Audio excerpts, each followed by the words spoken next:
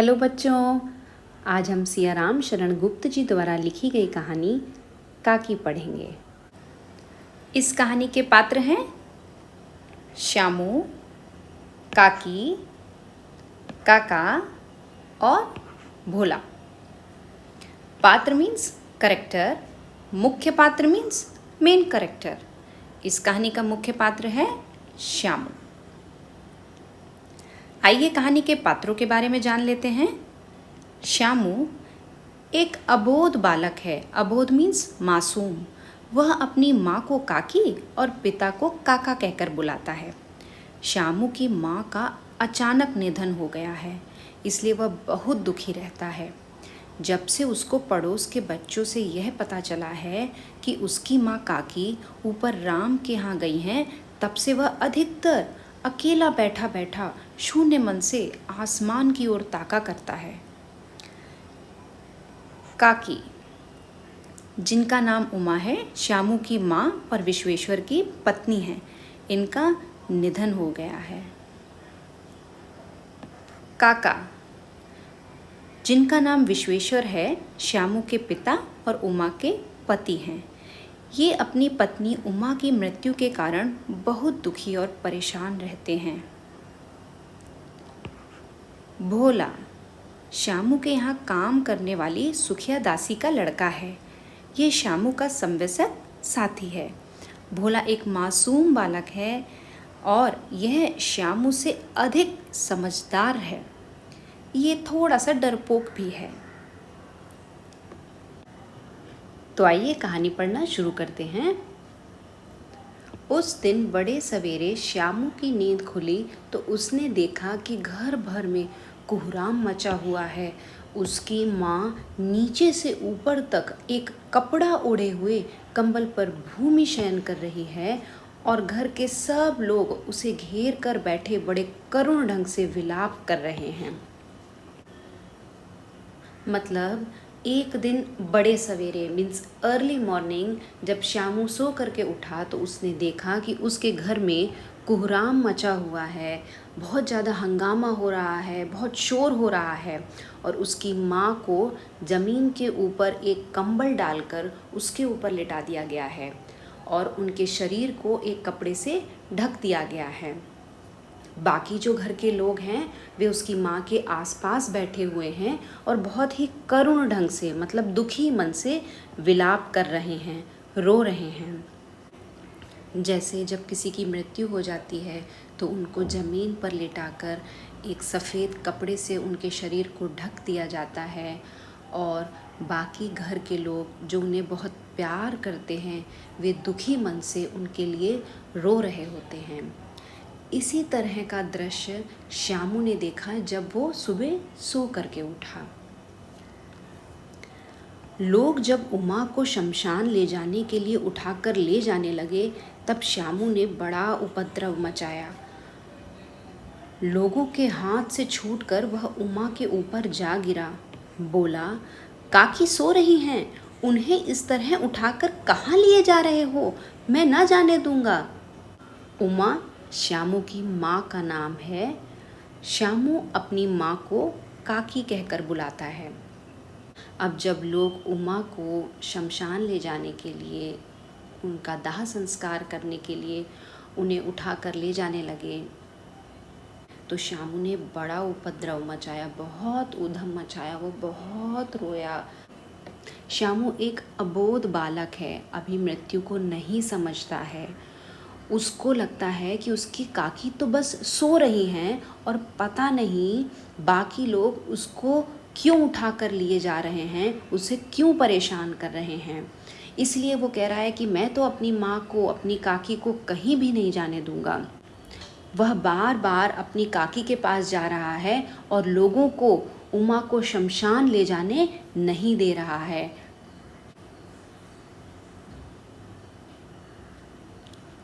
लोग बड़ी कठिनता से उसे हटा पाए।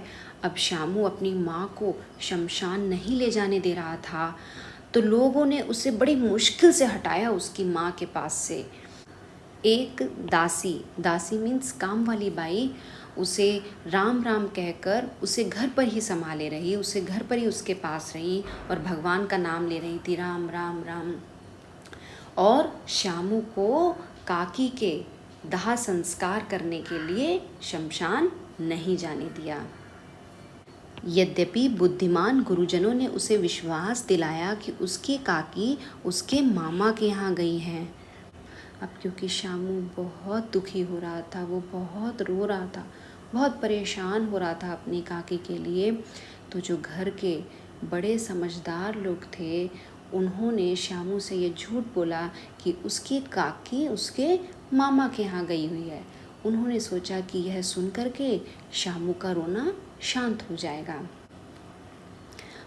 परंतु असत्य के आवरण में सत्य बहुत समय तक छिपा न रह सका। आस पास के अबोध बालकों के मुंह से ही वह प्रकट हो गया। यह बात उससे छिपी न रह सकी कि उसकी काकी कहीं नहीं ऊपर राम के यहाँ गई हैं। असत्य के आवरण में सत्य बहुत समय तक छिपा न रह सका, मतलब झूठ के पर्दे में जो सच था वो बहुत दिन तक छिपा नहीं रह सका, सामने आ ही गया सच। श्यामू को चुप कराने के लिए जो घर के बड़े समझदार लोग थे उससे झूठ बोलकर यह विश्वास दिलाने की कोशिश कर रहे थे कि उसकी माँ मामा के यहाँ गई है, परंतु यह झूठ छिपा नहीं रह सका। आस पास के मतलब जो पड़ोस के मासूम बच्चों ने उसे सच्चाई बता ही दी कि उसकी माँ ऊपर राम के यहाँ गई है, मतलब उनकी मृत्यु हो गई है और वह आसमान में भगवान के पास गई हैं। काकी के लिए कई दिन तक लगातार रोते रोते उसका रुदन तो क्रमशः शांत हो गया, परंतु शोक शांत न हो सका। शोक मतलब जो उसके मन में दुख है। तो काकी के लिए कई दिन तक रोते रोते रोते रोते उसका रोना, रुदन मतलब रोना तो धीरे धीरे क्रमशः धीरे धीरे शांत हो गया, पर जो उसके मन में दुख था वो खत्म नहीं हो पाया।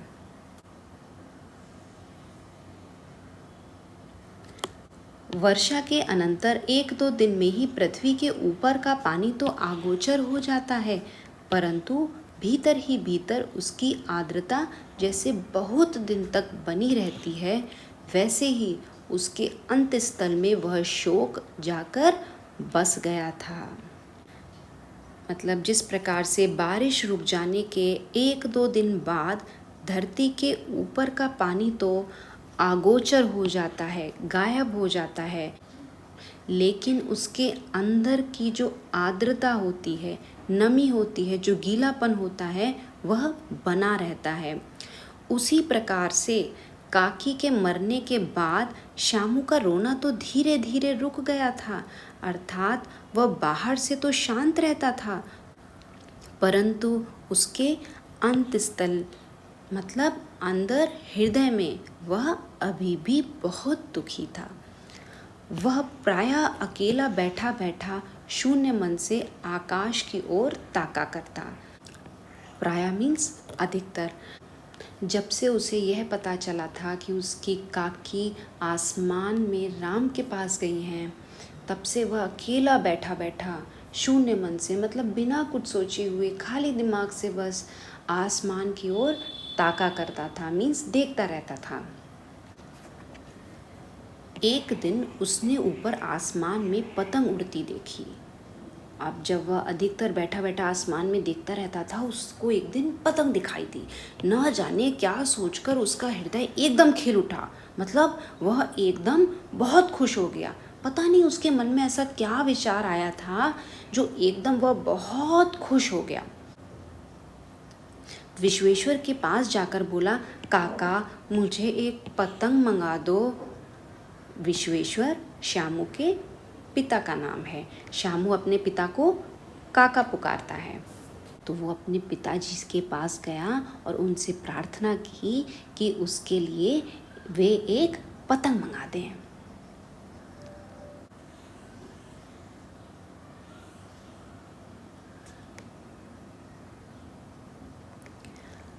पत्नी की मृत्यु के बाद विश्वेश्वर अन्यमनस्क रहा करते थे। अच्छा, मंगा दूंगा, कहकर वे उदास भाव से कहीं और चले गए। अन्यमनस्क मतलब जिसका मन कहीं और लगा हो। अन्य मीन्स कहीं और, मन मीन्स मन, मतलब जिसका मन कहीं और लगा हो। वह बहुत उदास रहते थे। वे थे तो वहाँ पर, बट उनका जो दिमाग था वह कहीं और था। वे कुछ और सोच रहे थे। क्योंकि अपनी पत्नी उमा की मृत्यु के बाद विश्वेश्वर बहुत ही दुखी रहते थे, उदास रहते थे, तो उन्होंने श्यामू की बात पर ज़्यादा ध्यान नहीं दिया और बस ऐसे ही कह दिया कि अच्छा, मंगा दूंगा। इतना कहकर वे दुखी मन से कहीं और चले गए। श्यामू पतंग के लिए बहुत उत्कंठित था। उत्कंठित मतलब तीव्र इच्छा। तो अब श्यामू को पतंग मंगवाने की एक बहुत तीव्र इच्छा थी। उसको लग रहा था बस उसको जल्दी से एक पतंग मिल जाए। वह अपनी इच्छा किसी तरह रोक ना सका। एक जगह खूंटी पर विश्वेश्वर का कोट टंगा हुआ था। इधर उधर देखकर उसने एक स्टूल सरका कर रखा और ऊपर चढ़कर कोट की जेबें टटोली। उनमें से एक चवन्नी का आविष्कार करके वह तुरंत वहाँ से भाग गया। अब श्यामू के पिताजी ने तो उसकी बात को बहुत ध्यान से नहीं सुना था, कुछ ज़्यादा ध्यान नहीं दिया था उसकी बात पर, लेकिन श्यामू को तो पतंग लाने का बहुत तेज मन कर रहा था, तो वो अपने को रोक नहीं पा रहा था। एक दिन उसने देखा कि उसके पिताजी का कोट खूंटी पर टंगा हुआ है। खूंटी मतलब जैसे दीवार में जो हैंगर लगा देते हैं कपड़े टांगने के लिए, उसको खूंटी बोलते हैं। अब वो खुद तो वहाँ पर ऐसे पहुँच नहीं पाता, खूंटी थोड़ी ऊंची थी, वह छोटा बालक था। उसने क्या करा, एक स्टूल वहाँ पे रखा हुआ था, वो सरकाया और उसके ऊपर चढ़कर अपने पिताजी की कोट की जेब टटोलने लगा, मतलब ढूंढने लगा। ढूंढने पर उसे कोट में से चवन्नी मिली, मतलब 25 पैसे का उसने आविष्कार किया, मीन्स ढूंढ लिया। और चवन्नी पाते ही वह तुरंत वहाँ से भाग गया, क्योंकि उसको डर था कि कहीं कोई और देख ना ले, नहीं तो उसकी बहुत डांट पड़ जाएगी। सुखिया दासी का लड़का भोला श्यामू का समवयस्क साथी था। समवयस्क मीन्स समान आयु, मतलब सेम एज के। श्यामू के यहाँ काम करने वाली सुखिया दासी के लड़के का नाम था भोला। भोला और श्यामू दोनों एक ही उम्र के थे और साथी थे, मतलब दोस्त थे, फ्रेंड थे। श्यामू ने उसे चवन्नी देकर कहा, अपनी जीजी से कहकर गुपचुप एक पतंग और डोर मंगा दो। अब जैसे ही उसे चवन्नी मिली थी, वो चवन्नी उसने किसको ले जाके दी, भोला को ले जा कर के दी, और उससे कहा कि वह अपनी जीजी से, मतलब अपनी एल्डर सिस्टर से गुपचुप, मतलब चुपचाप एक पतंग और डोर मंगा दो। डोर मतलब स्ट्रिंग, जो पतंग को उड़ाने के लिए होती है, वो मंगवा दो। फिर श्यामू क्या कहता है, देखो खूब अकेले में लाना, कोई जान ना पाए, मतलब चुपचाप लाना, किसी को भी पता ना चले इस बात का।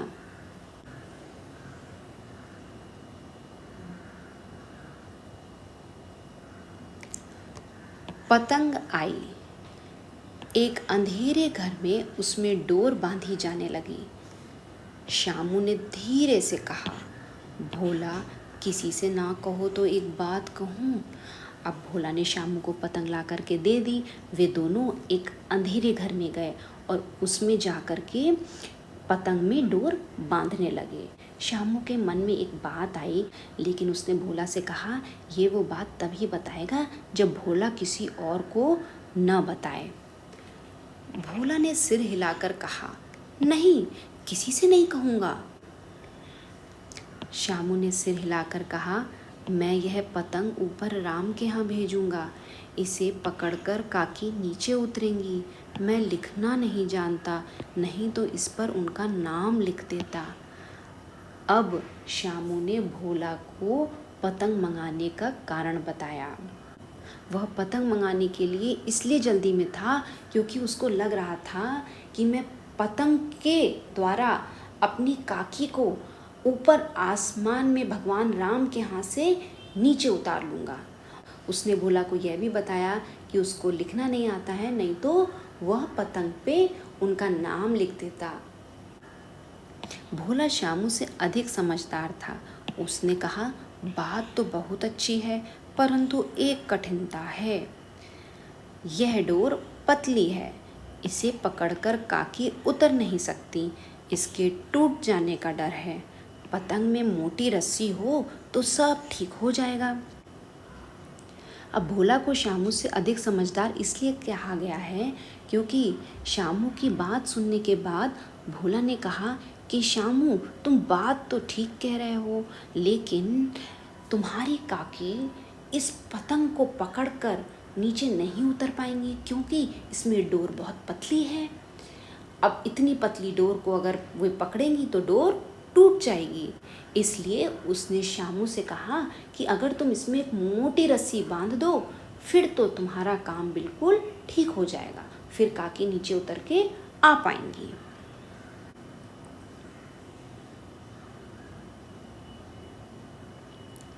शामू गंभीर हो गया। मतलब यह है कि बात लाख रुपए की सुझाई गई है। बात लाख रुपए की मतलब बहुत ही काम की बात बताई है। अब जब शामू ने भोला की बात सुनी तो उसे लगने लगा, हाँ भाई, भोला की बात तो सही है, बिल्कुल सही कह रहा है वो तो ये। तो फिर उसने कहा कि शामू, तुमने बात तो लाख रुपए की सुझाई है, मतलब बहुत काम की बात बताई है, लेकिन एक कठिनता है। क्या कठिनता है? कि मोटी रस्सी कैसे मंगाई जाए, पास में दाम है नहीं, और घर के जो आदमी उसकी काकी को बिना दया माया के जला आए हैं वे उसे इस काम के लिए कुछ नहीं देंगे। अब शामू को लग रहा था कि बात तो सही है कि रस्सी कैसे मंगाई जाए, पास में तो दाम है नहीं, मतलब पास में रुपए नहीं है उसके, और जो घर के आदमी हैं वे उसे इस काम के लिए रुपए कभी नहीं देंगे क्योंकि वे तो खुद बिना किसी दया के उसकी काकी को शमशान में जला आए हैं। उस दिन शामू को चिंता के मारे बड़ी रात तक नींद नहीं आई। अब यही सब सोच करके शामू को उस दिन रात में बिल्कुल नींद नहीं आई। वो बहुत परेशान रहा। उसको लगता रहा कि रस्सी के लिए पैसे कैसे मिलेंगे उसको। पहले दिन की तरकीब से दूसरे दिन उसने विश्वेश्वर के कोट से 1 रुपया निकाला। अब जिस तरह से उसने पहले दिन विश्वेश्वर के कोट में से चवन्नी मतलब 25 पैसे निकाले थे, उसी तरकीब से उसने दूसरे दिन विश्वेश्वर के कोट में से 1 रुपया निकाल लिया। ले जाकर भोला को दिया और बोला, देख भोला, किसी को मालूम ना होने पाए, अच्छी अच्छी 2 रस्सियाँ मंगा दे, 1 रस्सी ओझी पड़ेगी। जवाहर भैया से मैं एक कागज़ पर काकी लिखवा रखूँगा, नाम की चिट रहेगी तो पतंग उन्हीं के पास पहुँच जाएगी। अब विश्वेश्वर के कोट में से चुपचाप 1 रुपया निकाल लेने के बाद शामू भोला के पास गया और उसने उसे 1 रुपया देकर कहा कि भोला, तुम इस रुपए से अच्छी अच्छी 2 रस्सियाँ मंगवा दो। उसको लग रहा था कि 1 रस्सी छोटी पड़ जाएगी। साथ में शामू ने भोला से यह भी कहा कि देखो, किसी को पता ना चले, इस तरह मंगवाना रस्सियाँ। अब उन दोनों बच्चों में से किसी को लिखना तो आता नहीं था, तो शामू ने कहा कि उनके कोई जवाहर भैया होंगे, उनसे वह कागज़ पर काकी लिखवा करके रखेगा और वो जो काकी के नाम की चिट है वो पतंग पर चिपका देगा, जिससे जब वो पतंग आकाश में उड़ेगी तो काकी देखते ही समझ जाएंगी कि यह पतंग उनके लिए है और उसको पकड़कर वे नीचे उतर आएंगी।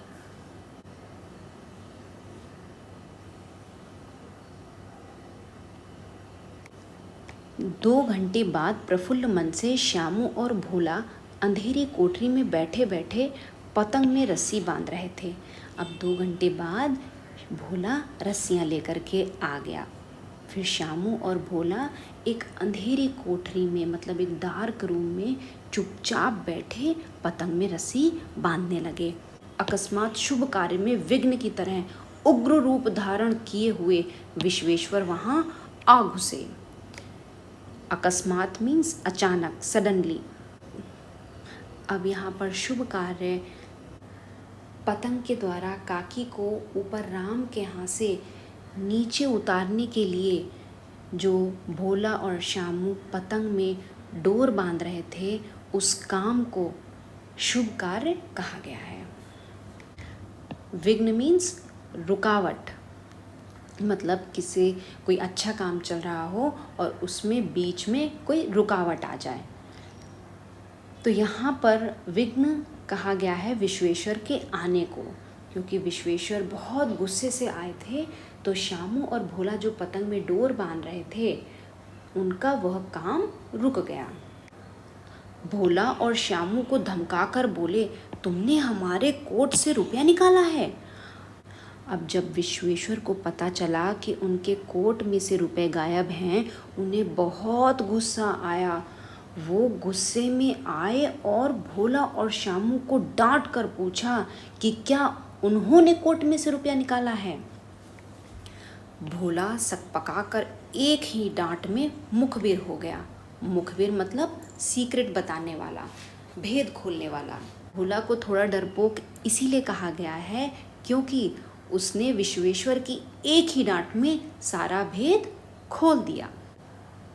अब भोला ने विश्वेश्वर को सब सही सही बता दिया।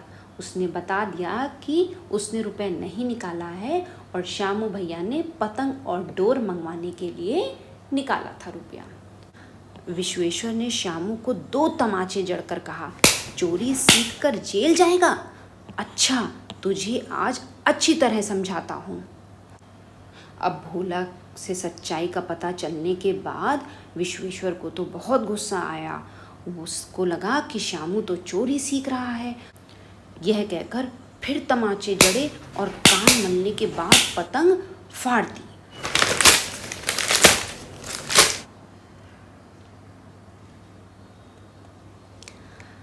अब रस्सियों की ओर देखकर कहा, ये किसने मंगाई? वहाँ पर रस्सियाँ भी पड़ी हुई थी। तो अब विश्वेश्वर ने पूछा कि ये रस्सियाँ किसने मंगाई?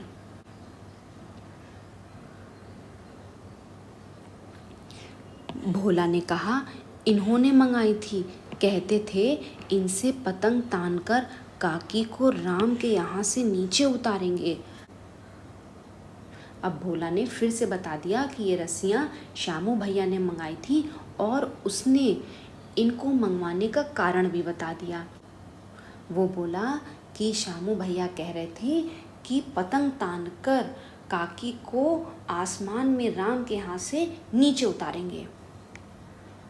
विश्वेश्वर हतबुद्धि होकर वहीं खड़े रह गए। हतबुद्धि मीन्स जो कुछ भी ना सोच पाए, एकदम स्टंट, बिल्कुल दिमाग में कुछ भी ना आना। तो शामू की बात सुनने के बाद विश्वेश्वर हतबुद्धि होकर वहीं खड़े रह गए, मतलब वह कुछ भी नहीं सोच पाए, एकदम बस चुप खड़े रह गए। उन्होंने फटी हुई पतंग उठाकर देखी।